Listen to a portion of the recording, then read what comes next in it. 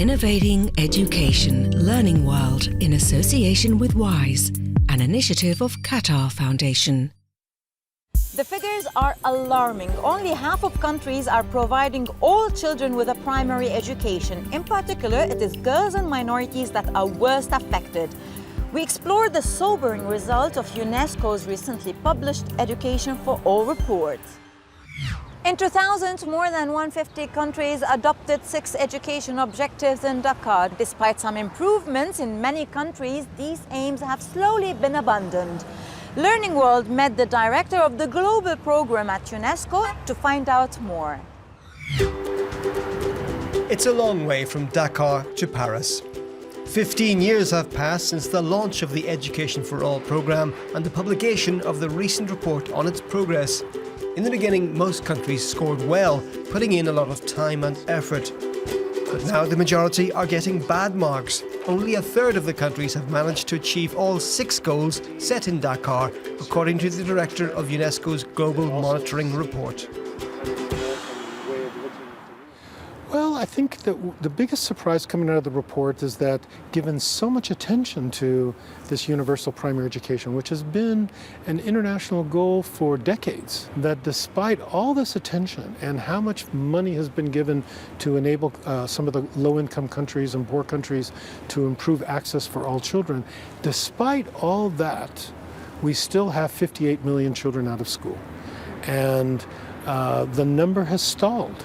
So although there was a huge amount of progress during the first 8 years after Dakar, in the last few years there's been almost minimal progress. And this does not bode well for the future. And in which countries the situation did get really worse? Were there any negative surprises? Well, certainly there are several countries in sub-Saharan Africa for whom the situation has worsened. One of them is Nigeria, where the number of out-of-school children has actually increased rather than declined.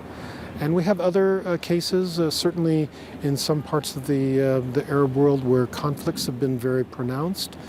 How can you convince governments to spend more money in education? If one thinks in terms of financing and the financial aspects, there's a cost of not educating your children. There's a financial cost, there's a political cost, there's a health cost. Those children who go uneducated become illiterate adults. It has an impact on all kinds of health outcomes. Mothers who survive childbirth, the children who are able to overcome various kinds of infectious diseases, who get inoculated, who have sufficient nutrition. So the fact that we're not educating our children and our young people means that we end up increasing the pool of illiterate adults that has an enormous negative impact on the health outcomes, on the economic outcomes of these countries. Thank you, Aaron Benevert, for joining us. My pleasure. So, a lot remains to be done. However, there are also countries that have made astonishing progress. A surprising case was India. In 2000, there were 16 million primary-aged children out of school. Today, it's only 1 million. How did they do it? In her village, not far south of New Delhi, 13-year-old Jantu goes about her housework. It reminds her of the days when attending school was a distant dream.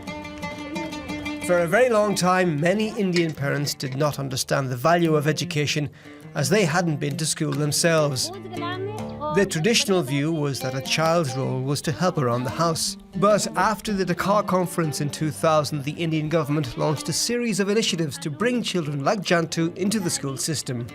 It was realized that the enrollment rate was not so good or not satisfactory.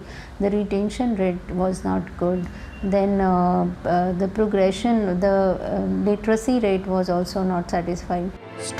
Through special programs, radio and TV advertising featuring Bollywood stars, parents were urged to send their children to school. The message was spread to the masses. The media blitz was underpinned by new laws making primary education compulsory.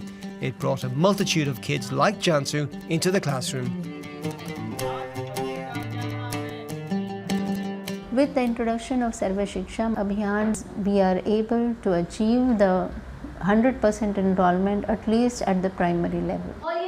The government also improved roads in towns and villages to make schools more accessible and provided more classrooms with electricity. School meals, free textbooks, more female teachers and single-sex toilets have also helped to encourage girls to enrol.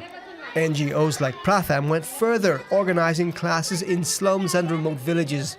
But there are still many hurdles to overcome.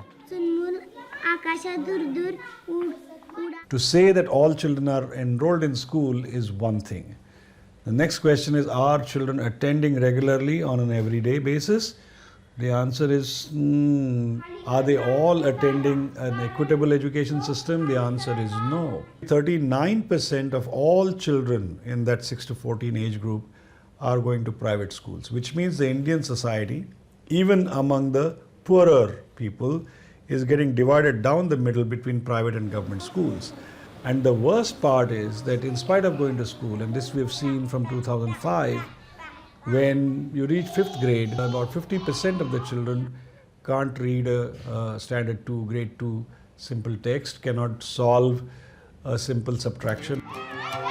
So even if India has managed to reduce the out-of-school rate at primary level from 16 million to 1 million children, a lot remains to be done to achieve teaching and learning goals.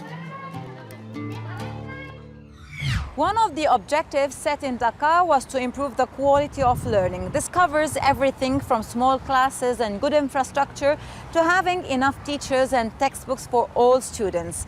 Let's visit Mexico, a country that has made big strides towards achieving this goal.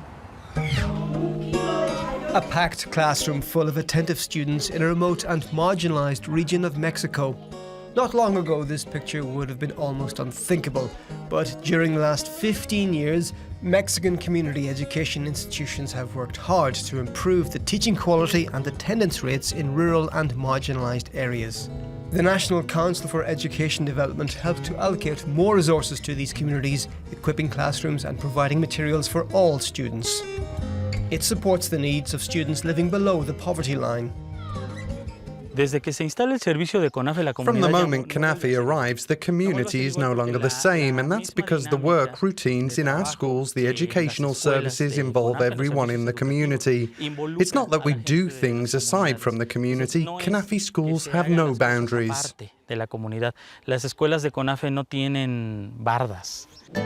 Communities need a minimum number of students for a state school to be established.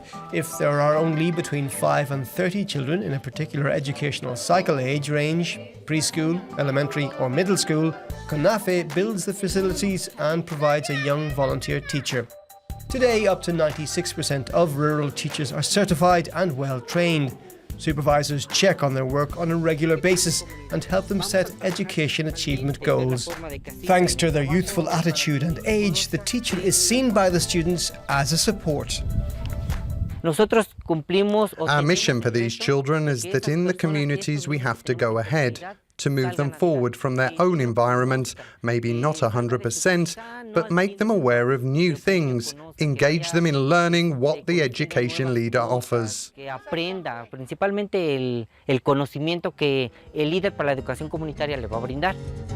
Only 70% of indigenous communities have access to education, and historically they've had the highest dropout rates. Life in the fields is the only future for those who quit school. Enrollment of 15-year-olds in Mexico has increased by 12% since 2003. In these rural communities, attendance rates are close to 100%. They know that education is the only way out of poverty. The role of families is also crucial to keeping children in the classroom. They host the teachers for the school year, providing them with food and accommodation. I'm proud to support the teachers and will keep doing it as long as God allows. To support them, to make them feel at home, happy. That was my goal since the beginning. So the teachers are not like strangers, they're more like my own children. Despite the progress, Mexico has a long way to go in education. According to official figures, around 3 million children are still out of school. What lessons can be learned from Education for All report, and what global education goals would you set for the next 15 years? Send us your thoughts on our social media pages. Goodbye for now. Learning World in association with WISE, an initiative of Qatar Foundation.